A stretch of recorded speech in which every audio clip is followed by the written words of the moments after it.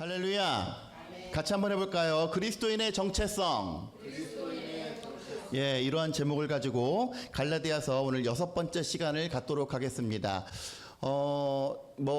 야구 얘기를 제가 좀 자주 하는 것 같은데, 11월 30일 어제죠. 어제 기아 타이거즈가 우승했다고 광주에서 이렇게 우승 퍼레이드를 이렇게 했습니다.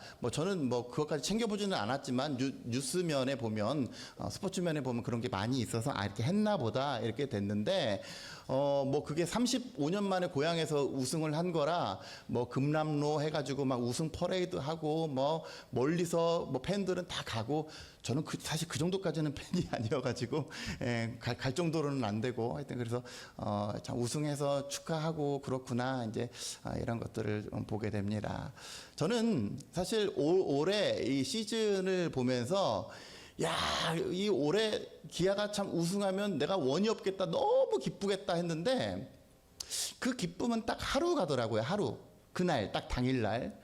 그 다음 되니까 이제 공허함만 있죠. 더 이상 야구를 안 하네. 더 이상 내가 이제 뭘 바랄 게 없네. 그러니까 세상적인 기쁨은 그런 것 같아요. 세상적인 기쁨은 그거를 얻어내면 참 기쁠 것 같고, 이것만 내가 가지면 소원이 없을 것 같은데, 막상 얻어내고 막상 달성하고 막상 이루어놓고 나니까 공허함만 오는 거예요. 딱 하루가, 기쁨이 하루 가는 거예요. 그래서 여러분, 이 얘기를 하려고 하는 건 아니지만, 저도 그리고 여러분들도 참 기쁨을 누릴 때에 세상적으로 주는 기쁨 이거 말고 하나님이 우리 가운데 주신 기쁨과 평강을 먼저 구할 수 있는 저와 여러분들 되시기를 주의 이름으로 간절히 축원합니다. 그래서 그 퍼레이드를 보면서 사람들이 얼마나, 거기 선수들이 막 카퍼레이드 하면서 얼마나 좋을까, 얼마나 좋을까. 그런데 안 보이는 얼굴들이 있어요. 거기 안 보이는 얼굴들. 똑같이 우승한 그 1군 주축 멤버인데 거기 안 보이는 얼굴들이 있더라 이거예요. 그 얼굴들은 누구냐면, 소위 FA, 프리 에이전트를 신청을 해서 나 이제 다른 팀으로 이적할 테니까 나를 사가시오라고 FA 시장에 뛰어든 사람은 전 소속은 기아 타이거즈였지만 지금 다른 여러 구단과 언제든지 협상할 수 있는 가능성이 있기 때문에 사실상 소속팀이 없는 그런 상황인 거예요. 똑같은 우승 멤버인데도. 그래서 그 사람들은 지금 이 스토브 리그 기간, 여러분 스토브 리그가 뭔지 아십니까? 스토브가 뭐예요? 난로죠, 난로. 이 겨울 동안에 진행되는 여러 가지 그 선수들이 이적하고 팀의 어떤 그런 것들을 보강하고 이러한 기간들을 소위 우리가 스토브 리그라고 얘기를 합니다. 난로를 켜놨을 때 어떤 벌어지는 전력 보강이라든지 이런 것 때문에. 그래서 이 스토브 기간 동안에 우리 FA를 신청한 이 선수들은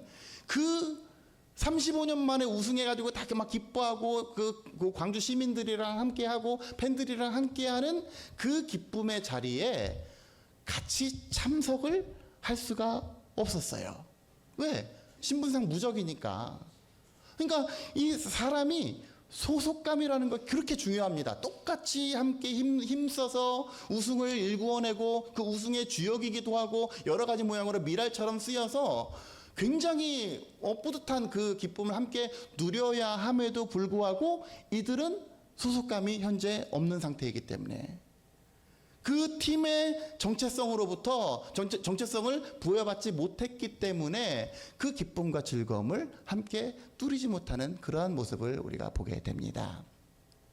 여러분, 나는 그리스도인이십니까? 여러분은 그리스도인입니까? 여러분은 훗날 하나님 나라의 천국의 잔치에, 하나님 나라에 기뻐하고 즐거워할 자리에 함께 참여할 그러한 영적인 정체성이 있으십니까?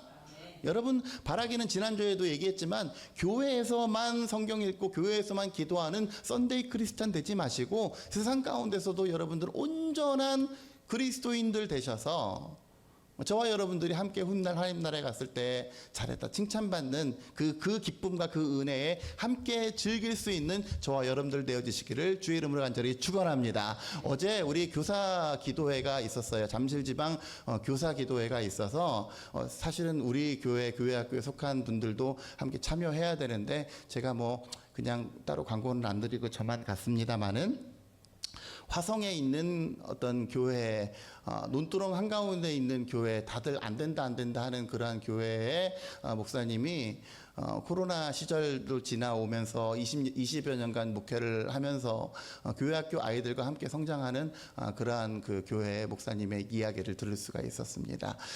뭐 사실 저희도 교회학교를 열심히 하고 있기 때문에 뭐 별반 새로울 건 없어요. 오히려 지금 우리 교회가 하는 게 더 어떻게 보면 신선하다고 할 수 있는데, 뭐 그 한 시간 반의 어떤 강연 가운데 저의 마음을 후벼판 그 한마디가 있었습니다. 그건 뭐냐면, 본인은 본인의 교회에 교회학교가 없었을 때 다른 사람들, 다른 집안, 다른 교회들 아이들 뭐 두세 명밖에 안 되는 그 아이들을 다 모아가지고 연합으로 여름 성경학교를 막 이렇게 했대요. 어린이 사역에 너무나 관심이 많아서 그 자기네 교회는 아이들이 하나도 없음에도 불구하고 이 교회 저 교회에 다 직접 연락해가지고 우리 함께 여름 행사 합시다. 여름 성경학교 합시다.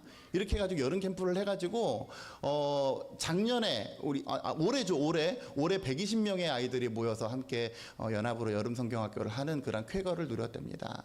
근데 지금이야 많아졌지만 처음에 시작하고 한 8년 동안은 아무도 없었대요. 8년 동안 이 일을 했는데 8년 동안에는 자기 소속된 교회 아이들은 늘지 않았대요. 근데 그럼에도 불구하고 8년 동안 악착같이, 그리고 지금도 교회학교에 굉장히 매진하면서 했던 결정적인 이유가 뭐냐, 그 얘기를 소개를 해주는 거예요. 뭐냐면 20살 때 신학교를 처음 들어갔는데 신학생이니까 교회에서 교회학교 교사를 시켰대요. 근데 엊그저께까지 고3이었는데 신학교 들어갔다고 뭐가 달라집니까? 획기적으로 달라진 건 아무것도 없죠. 근데 이 사람을 교사로 시킨 이유는 뭐냐면, 남학생 반이 6학년짜리 남학생 반이 좀 큰 교회였나, 남학생 반이 있었는데 이 반에 좀 골치 아픈 애들이 많았대요. 골치 아픈 애들이 많아가지고 남자 교사가 들어가면 그래도 어느 정도 좀 제압이 될 것 같아가지고, 그렇게 해서 이 목사님을 그 당시 신학생이었을 때 그 반으로 이렇게 담임으로 세웠단 말이죠. 근데 그 담임으로 세웠는데 뭐가 잘 되겠습니까? 한 달이나 지났을까요? 거기에서 가장 어떻게 보면은 굉장히 좀 힘들고 버거운 아이가 하나가 6학년짜리가 애가 있었는데, 그 애가 교통사고가 난 거예요. 그 애가 교통사고가 나가지고 죽었습니다. 그러니까 이 목사님이, 그 당시 신학생이, 이 선생님의 마음이 막 억장이 무너지는 거죠. 너무 힘들었대요. 뭐가 힘들었냐면, 이 아이를 맡았던 그 짧은 시간이지만 내가 이 아이가 하나님 나라로 하나님의 부르심을 받아서 가기 전에 내가 이 아이에게 천국 복음의, 천국의 소망을 제대로 심어주었는가? 내가 혹시 이 친구가 다루기 어렵다고, 혹은 얘네들이 내가 아직 준비가 안 됐다고 얘네들한테 내가 직무유기를 한 것은 아닌가? 그게 너무 자책감이 와가지고 한동안 괴로워하다가 그것을 딛고, 지금에서라도, 이제부터라도 내가 그런 식으로 내 영혼을 떠나보내면 안 되겠다. 내가 만난, 나에게 내 바운더리에 들어온 사람이라면 내가 그들에게 듣든지 아니 듣든지 반드시 구원의 확신을 심어주는 것, 이것이 내 사명이다. 그래서 교회학교에 그렇게 매진했다는 거예요. 저는 그 얘기를 듣고 목사로서 참 부끄러웠습니다. 저는 항상 그렇죠. 우리 교회 부흥해야 되고 성장해야 되고 뭐도 많아야, 교인들도 많아야 되고 전도해야 되고. 근데 그 기저에, 그 가운데 성도를 사랑하는 마음, 여기 앉아 계신 여러분들이 진짜 어느 날 갑자기 언제 어떤 일을 당할지 모르겠는데 갑자기 이별했을 때 천국의 확신을 내가 그들에게 올바로 심어 주었는가? 여러분, 하나님 나라에 대한 확신이 있으십니까? 내가 이 시간, 내가 오늘, 내가 이 자리 이후에 내가 하나님 나라에 갔을 때 내가, 주님, 나는 천국의 백성이지요, 나는 하나님 나라의 일원이지요 라고 하는 그런 영적인 정체성을 내가 여러분들에게 심어주었는가? 참 부끄러운 거예요. 사명이 생기는 거예요. 아, 내가 할 일이 그거구나. 사람 많아지는 거 물론 중요하죠. 여러 가지 기관들도 늘어나고 굉장히 중요합니다. 그런데 사람이 많아진들, 여러분들에게 제대로 된 복음을 전파하지 못하고, 여러분들에게 제대로 된 천국의 가치관을 증거하지 못하고, 여러분들이 여기에서만 아니라 이 세상 가운데서 온전한 하나님 나라의 백성으로 살도록 내가 인도하지 못했다면, 나 또한 직무유기구나.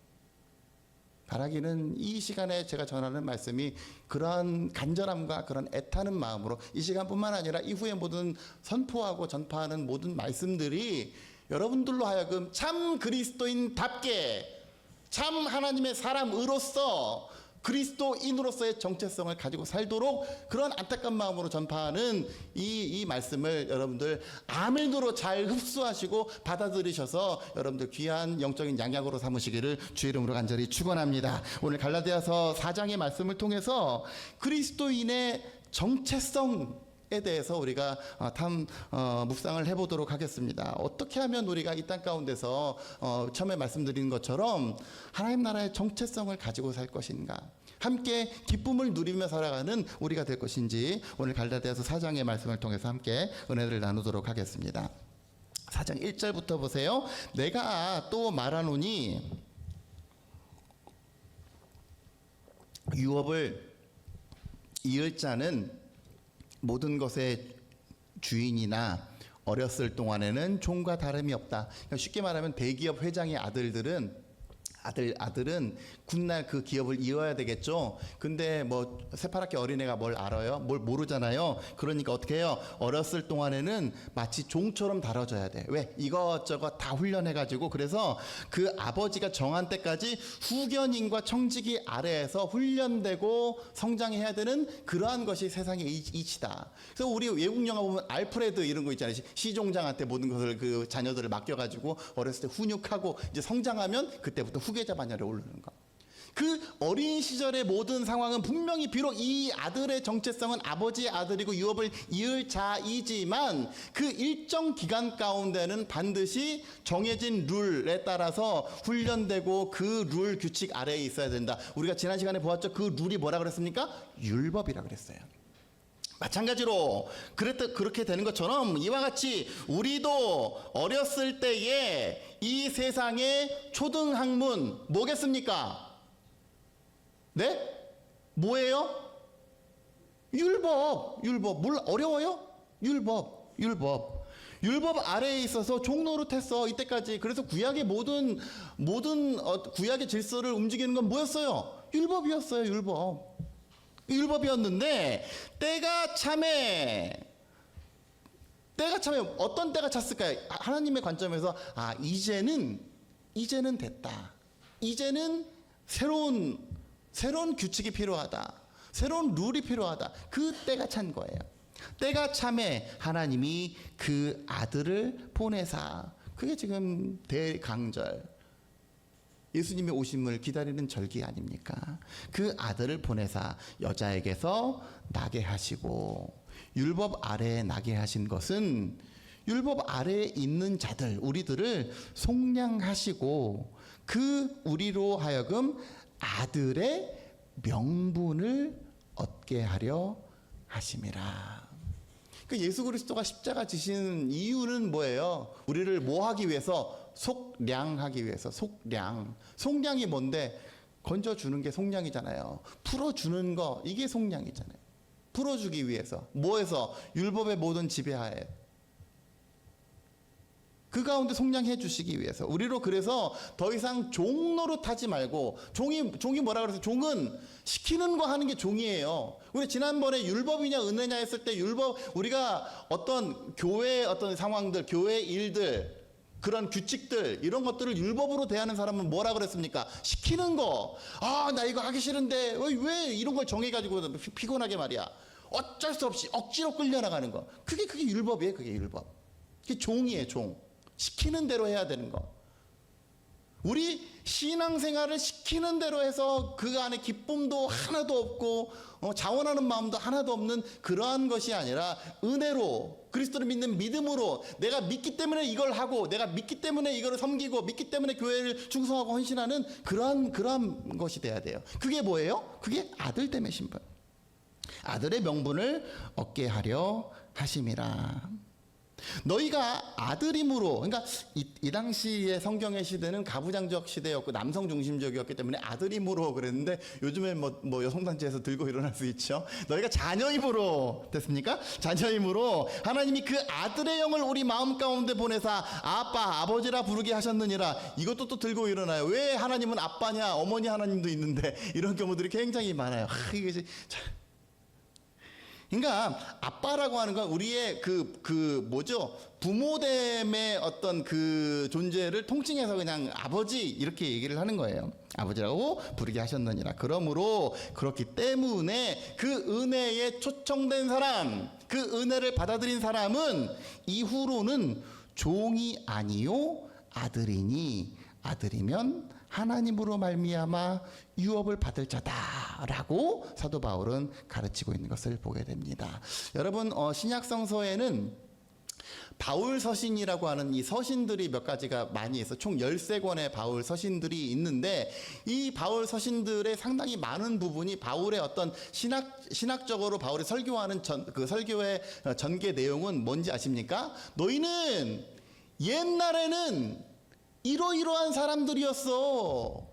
하나님을 믿기, 예수 그리스도를 믿기 전에, 그때는 예수님을 알기 전에, 신앙생활 하기 전에는 너희는 이러이러한 사람들이었어. 내가 그 이해 못하는 거 아니야? 다 오케이.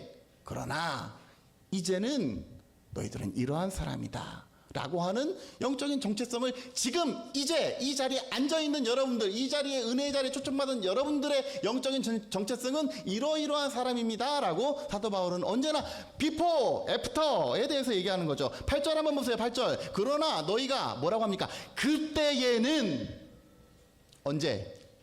그리스도를 알기 전에 하나님을 알지 못하여 어쨌다고요? 본질상 하나님이 아닌 자들에게 종노릇하였다.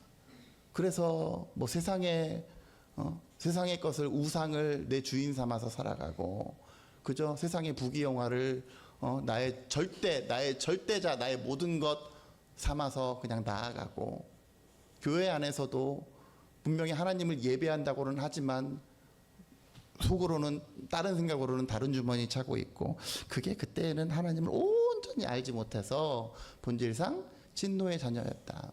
그거 이해 못하는 바 아니야. 오케이. 그런데 9절. 그러나 이제는 너희가 하나님을 알 뿐 아니라 더욱이 하나님이 아신 바 되었거늘 어찌하여 다시 약하고 천박한 초등학문, 뭐라 그랬어요? 초등학문이 율법으로 돌아가서 다시 거기에 종노릇 시키는 대로, 그 안에 기쁨도 하나도 없고 맨날 뭐 하라고 시키고, 기쁨도 하나도 없고, 너희가 구체적으로 날과 달과 절기와 해를 삼가 지키니. 그러니까 그렇죠. 우리도 뭐 합니까? 부활절 지키고 추수감사절 지키고 또 맥추절도 지키고 성탄절도 지키고. 근데 거기에 내가 원해서, 내가 자원하는 마음으로 기쁨으로 하나님 앞에 예배하는 게 아니라 성탄절이니까 뭐 해야 돼, 추수감사절이니까 뭐 해야 돼, 뭐니까 뭐 해야 돼, 이걸 율법적으로 받아들이게 되면 그 안에는 기쁨이 없어요. 뭐 자꾸 감사할 일도 없는데 뭘 자꾸 감사하라 그래. 이렇게 접근하면 추수감사절이 하나도 즐겁지 않아. 예수 그리스도에서 대한 소망이 나한테 하나도 없는데 맨날 뭐 대강절이라고 뭐 하라 그러고, 성탄절이라고 뭐 노래하라 그러고, 그렇게 접근하면 거기에는 기쁨이 없어요. 어찌하여 종노릇하는가? 그러니까 이 당시에 나타난 거짓 교사들은 은혜에 참여하기 위해서는 이것도 해야 됩니다. 구약의 무교절, 맥추절, 수장절 이거 다 지켜야 되고, 해마다 절기와 월삭과 이런 것들, 정해진 룰, 이런 것들을 다 지켜야 됩니다 라고 규칙을 자꾸 해놓고, 이거 안 지키면 은혜를 못 받습니다, 이거 안 지키면 구원의 대열에 참여를 못합니다 라고 규정을 해놓으니까 거기에 무슨 기쁨이 있어요. 어찌하여 거기에 얽매여 있느냐.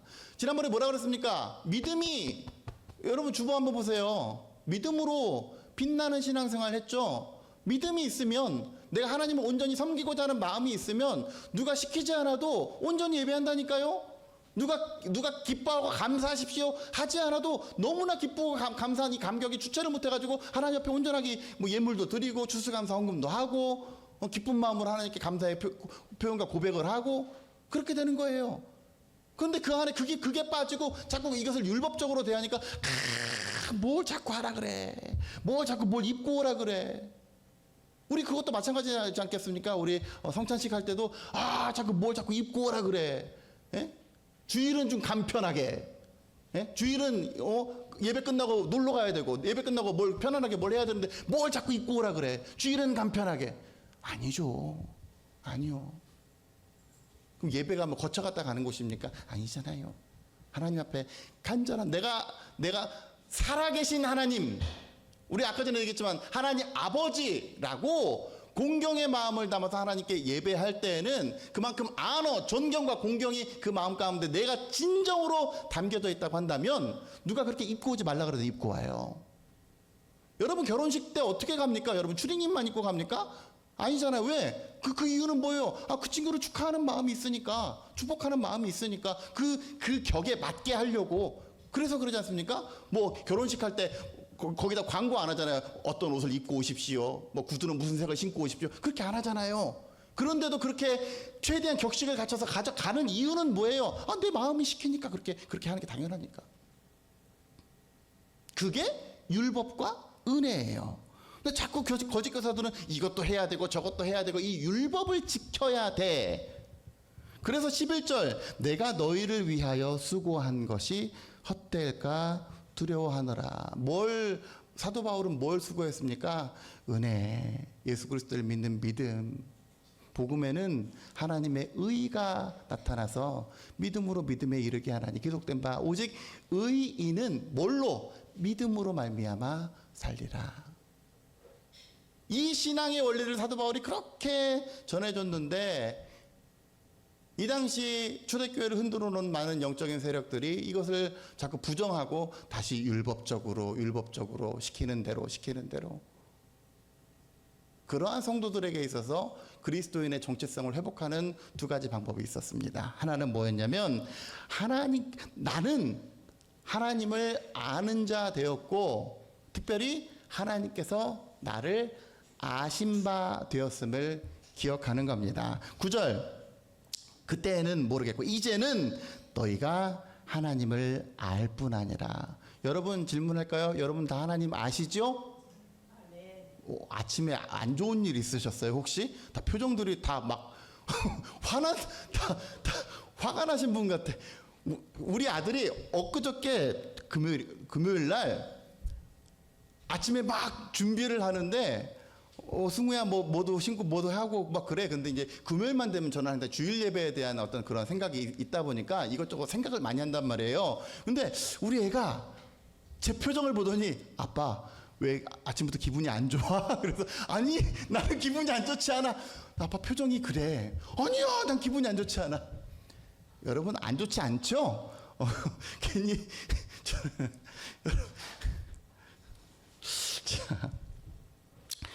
뭐 얘기했어요? 예. 여러분 하나님 다 아시죠? 근데 중요한 건 뭐냐면 하나님도 여러분들을 아신 바 되었음을 기억해야 됩니다. 내가 하나님을 안다는 것 이것은 뭐냐면 이전에 내가 하나님을 알기 전에 하나님이 나를 아시는 것. 그래서 찬송에 뭐가 있습니까? 주 예수 내가 알기 전 날 더욱 사랑했네. 하나님이 여러분들을 분명히 알고 계심을 분명히 기억하는 성도가 될 때에 나는 그리스도인입니다 라고 하는 영적인 정체성을 유지하고 살아가게 되는 줄로 믿으시기를 주의 이름으로 간절히 축원합니다. 제가 예전에 서울의 중국교회라고 하는 교회에서 청소년부를 담당을 했어요. 그때 뭐 중학생, 고등학생 애들 이렇게 그 1년 동안 전도사로 있으면서 그 아이들에게 설교한 설교의 내용들을 뭐 이렇게 블로그에다가 올리기도 하고 뭐 그렇게 굉장히 활동을 나름 열심히 했었습니다. 그런데 그때 추수감사주일이었나 언제였나 하여튼간 우리 연예인 초청해가지고 한번 우리 그 오후에 예배 때 그렇게 하자 그래가지고 누구를 부를까 막 이렇게 그 목회자들이 회의를 하다가 우리 김정식 씨 한번 부릅시다. 여러분 누군지 아세요? 예, 바쁠때기 그죠? 잔챙이 뭐 그 올챙이 아시죠? 이거 알면 굉장히 올드한 사람인데 조경 집사님 모르세요? 어우, 모르세요. 그때 공부만 하셨나 봐요. 저는 알고 있어요. 이마룡 김정식 뭐 이렇게 나오고 이렇게 해가지고 그 김정식 씨가 개그맨이었는데 목사가 됐어요. 목회자가 됐어요. 네, 그래가지고 막 실제로 보니까 키는 정말 작은데 체구도 막 그러고요. 특히 막 주먹이 있다만 해. 우와, 그러니까 한과거 하셨던 분이에요. 그런데 이분이 목회자가 목사님이 되셔가지고 막 그때 막 우리 교회로 오셨단 말이에요. 그래서 제가 섭외를 했으니까 제가 뭐 이렇게 그 여러 가지로 수소문해가지고 섭외를 했으니까 아이고 저는 유명한 사람이니까 그래서 먼저 인사하려고 아이고 제가 아무개 전도사입니다. 그랬더니 그 목사님이 그러는 거예요. 나 당신 알지. 아이고 잘 알지. 열심히 하고 있지. 저는 안 되는 거예요. 나는 지나가는 말로 그러는 줄 알았어요. 지나가는 말로. 그래서 저를 어떻게 아십니까? 그랬더니 제 그 온라인에 있는 블로그에 있는 그런 거 보고 중국교회 이병민 전도사 그런 글들이 뭐 그 당시에 많이 좀 돌아다녔나 봐요. 이분도 청소년 사역 막 하고 이러니까 그런 것들을 많이 봤대요. 그러니까 우리 교회 그때 그 당시에 교회에 이제 오시니까 이 사람이 누군가 여기 있는 교육자가 누군가 좀 미리 보신 것 같아요. 아니면 뭐 평소에 이렇게 그런 것들을 좀 보았거나 이 사람 열심히 하는 사람인지 내가 알지. 굉장히 뿌듯하고 뭐 그런 마음이 있습니다. 와, 저 유명한 사람이 나를 안돼. 그냥 공적으로 아는 게 아니라 나를 안돼요. 야, 저는 그날 설교는 뭐라고 했는지 기억은 하나도 안 나요. 뭐만 생각이 나요? 내가 너를 안다. 잘 알고 있지. 그거 하나만 생각나요. 뭐 그날 무슨 얘기를 했는지 전혀 기억이 안 나요. 뭐 초반에 뭐 이것 좀 했던 것 같고 하나도 기억이 안 나. 내가 너를 안다. 여러분, 하나님이 여러분을 아십니다. 내가 신음할 때도 혹은 내가 은혜의 현장에서 일탈했을 때도 하나님은 나를 분명히 알고 계시다라고 하는 그 영적인 정체성을 가지고 살아가는 저와 여러분들 될 때에 교회에서 뿐만 아니라 세상 가운데서도 온전한 그리스도인이 됨을 여러분들 기억하시길 주의 이름으로 축원합니다. 거기 보세요. 너희가 하나님을 알 뿐만 아니라 9절에 더욱이 하나님이 아신 바 되었는데 왜 자꾸 하나님이랑 상관없는 사람처럼 약하고 천박한 세상 학문으로 돌아가려고 하느냐. 분명한 정체성을 가지고 살라는 거죠. 두 번째는 뭐냐면 특별히 하나님의 자녀된 정체성, 하나님의 아들된 정체성을 분명히 갖고 살아라는 얘기입니다. 여러분 누가복음 15장에 보면 탕자의 이야기가 나와요. 탕자가 누굽니까? 어떤 한 부자가 있는데 이 부자의 둘째 아들이 어차피 아버지 죽으면 나한테 재산을 물려줄 거니까 지금 4천만 땡겨주세요 그런 거잖아요. 그래가지고 지금 그 재산을 미리 나한테 주십시오 해가지고 타국에 가가지고 허랑방탕하게 살다 보니까 기근이 왔네. 그러니까 어떻게 해야 돼요? 이제 돈도 다 떨어지고 돈으로 사귄 친구들도 다 떨어지고 그러니까 이제 뭐만 남아요? 먹을 게 아무것도 없는 거예요. 그래서 돼지들이나 먹는 쥐염 열매를 먹자 하니 자기 신세가 너무나 비참하고 하니까 내가 여기서 줄여 죽는구나. 우리 집에는 먹을 것도 많고 일꾼들도 많고 그런데 나 차라리 집으로 돌아갈래. 그런데 이 결심 가운데 하나 더 결심한 게 있어요. 그게 뭔지 한번 찾아보겠습니다. 누가복음 15장 보세요. 121페이지 누가복음 15장